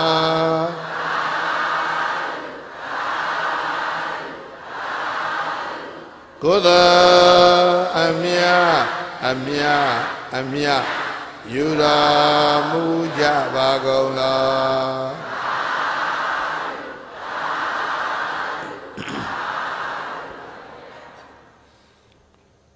ပိဿကြီးဘုန်းကြီးတို့မော်ဒကားရှိရပြန်သွားနိုင်အောင်အာလုံလမ်းကြောင်းလေးပြန်လုပ်ပြီဘုန်းကြီးတို့ဆင်းသွားပြီးမှပြိဿအာလုံထင်ရကထားကြအိန္ဒိယတိတ်တိတ်ဆိတ်ဆိတ်ငြိမ်ငြိမ်သက်သက်ရှိဖို့လိုပါတယ်